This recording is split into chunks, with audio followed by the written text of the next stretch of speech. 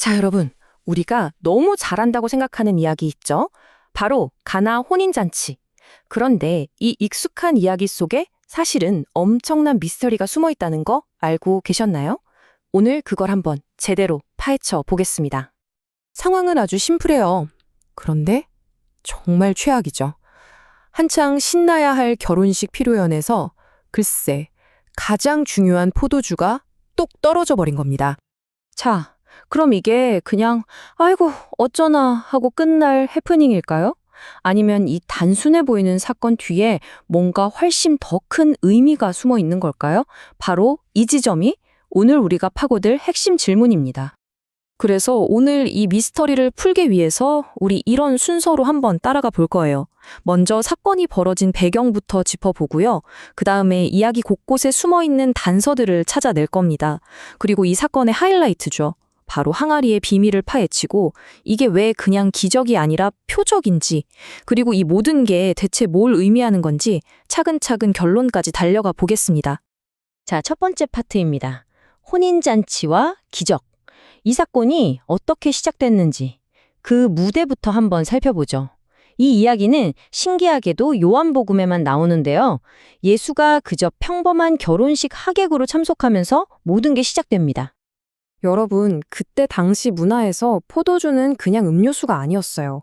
이건 그야말로 축복과 기쁨의 상징이었거든요. 그런데 이게 떨어졌다? 이건 그냥 술 떨어졌네 수준이 아니라 잔치가 끝났다는 선언이나 마찬가지였어요. 혼주 입장에서는 정말이지 사람들 앞에서 두고두고 회자들 씻을 수 없는 망신이었던 거죠. 정말 심각한 위기였습니다. 이제부터가 진짜입니다. 본격적으로 분석에 들어가 볼 텐데요. 이 이야기 그냥 쓱 읽고 넘어가면 안 돼요. 아주 사소해 보이는 디테일 하나하나가 사실은 이 미스터리를 푸는 결정적인 단서들이거든요. 같이 한번 찾아보죠. 자, 우리가 집중해야 할 핵심 단서는 딱 세 가지입니다. 바로 시간, 장소, 그리고 이 위기 그 자체. 이 단서들을 하나씩 퍼즐 맞추듯이 풀어가다 보면 숨겨진 그림이 보이기 시작할 겁니다. 먼저 시간부터 볼까요?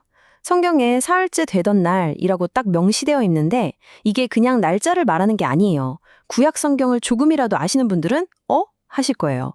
이 셋째 날이라는 시간은요, 항상 하나님의 엄청난 무언가가 나타나는 아주 특별한 시간이었거든요. 시내산에 하나님이 강림하신 날도 이스라엘의 회복을 약속하신 그날도 바로 셋째 날이었습니다. 그러니까 이건 뭐예요? 이 사건이 결코 우연이 아니라 하나님의 계획된 아주 결정적인 개입이라는 걸 암시하는 강력한 복선인 셈이죠. 자, 다음 단계로 넘어가죠. 이 이야기의 완전한 중심, 어떻게 보면 주인공이라고 할 수 있는 물건이죠. 바로 이 항아리의 미스터리를 한번 풀어보겠습니다. 한번 생각해 보세요. 전능하신 분이 포도주를 만드는데 굳이 항아리가 필요했을까요? 그냥 있어라 하면 생기는 거 아닌가요? 그런데 왜 하필 그 자리에 있던 6개의 돌 항아리를 사용하셨을까요? 여기에는 정말 중요한 메시지가 담겨 있습니다. 먼저 개수부터가 의미심장하죠. 왜 하필 6개였을까요? 유대 문화에서 숫자 7은 완전함, 완벽함을 상징하는 신의 숫자입니다. 그런데 6은 어때요? 7에서 딱 하나가 모자라죠. 바로 불완전함, 미완성을 의미하는 거예요. 이건 인간의 노력만으로는 결코 완벽에 이룰 수 없다는 걸 상징적으로 보여주는 숫자입니다. 그리고 이 항아리의 정체가 진짜 중요합니다. 이게 그냥 물 퍼다 나르는 일반 항아리가 아니었어요.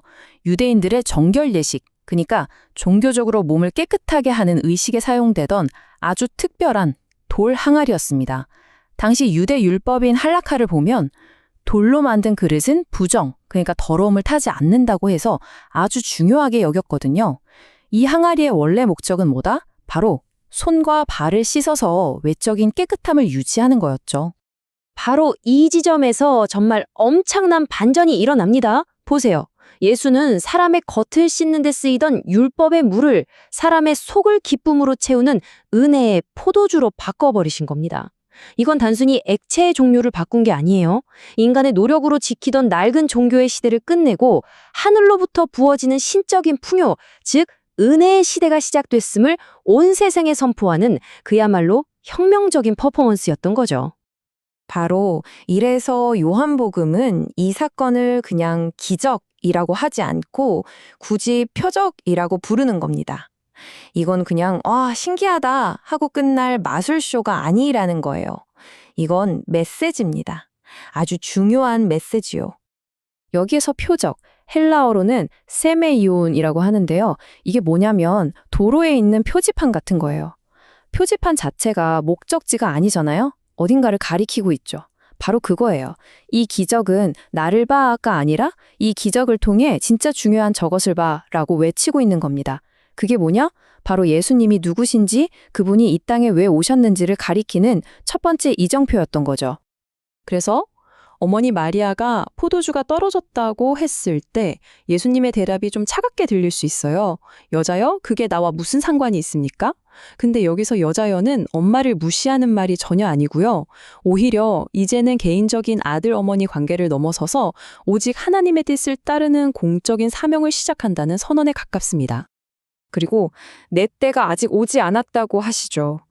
이 내 때라는 말, 이거 요한복음 전체를 꿰뚫는 아주 중요한 암호 같은 겁니다. 이때는 바로 예수님의 사명의 최종 목적지, 즉 십자가에서의 고난과 죽음, 그리고 부활의 그 시간을 가리키는 말이에요. 정말 놀랍지 않나요?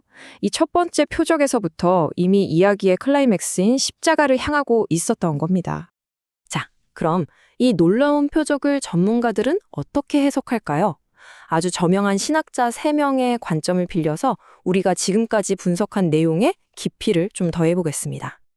먼저 D.A. 카스는 이걸 대체라는 키워드로 봅니다. 명쾌하죠? 낡은 율법의 물이 새로운 복음의 포도주로 완벽하게 대체되었다는 거예요. 반면에 레온 모리스는 풍성함에 초점을 맞춥니다. 아니, 포도주를 만들어도 어떻게 그렇게 많이 만드냐는 거죠. 이건 인간의 필요를 채우고도 남는 그야말로 압도적인 하나님의 은혜를 보여준다고 해석합니다. 마지막으로 안드레아스 퀘스텐베르거는 여기서 한 발 더 나아가요. 이걸 새 창조의 신호탄으로 봅니다. 물이라는 가장 기본적인 요소를 포도주라는 전혀 다른 물질로 바꾸는 걸 보면서 예수가 이 타락한 세상을 완전히 새롭게 창조할 능력을 가졌다는 걸 보여준 첫 사건이라는 거죠. 세 해석 모두 일리가 있죠. 그렇다면 이 모든 걸 종합해 볼 때 이 첫 번째 기적이 도대체 왜 이렇게 중요할까요? 자, 이제 우리 분석의 최종 결론을 내릴 시간입니다. 여러분, 그때 만들어진 포도주 양이 무려 600리터 정도 됩니다. 600리터? 감이 잘 안 오시죠? 와인 한 병이 보통 750ml니까 와인 800병에 해당하는 양이에요. 이건 그냥 모자라니까 채워줄게 정도가 아니에요. 이건 그야말로 상식을 파괴하는 신적인 스케일의 풍요와 관대함을 온몸으로 보여주는 겁니다. 압도적이죠? 자, 그래서 이 이야기가 우리에게 말하는 핵심은 이겁니다. 첫째, 예수는 껍데기만 남은 종교의식을 살아있는 진짜 기쁨으로 바꾸셨다. 둘째, 인간의 결핍과 한계를 채우는 걸 넘어서 차고 넘치도록 부어주시는 분이다. 셋째, 물을 포도주로 바꾸신 것처럼 이 세상의 근본적인 질서를 바꾸는 새 창조를 시작하셨다. 그리고 마지막으로 잔치에 손님으로 왔지만 사실은 그 잔치의 진짜 주인, 바로 신랑이 자신이라는 것을 드러내신 겁니다. 자, 이제 마지막으로 이 질문을 던지면서 마무리하겠습니다.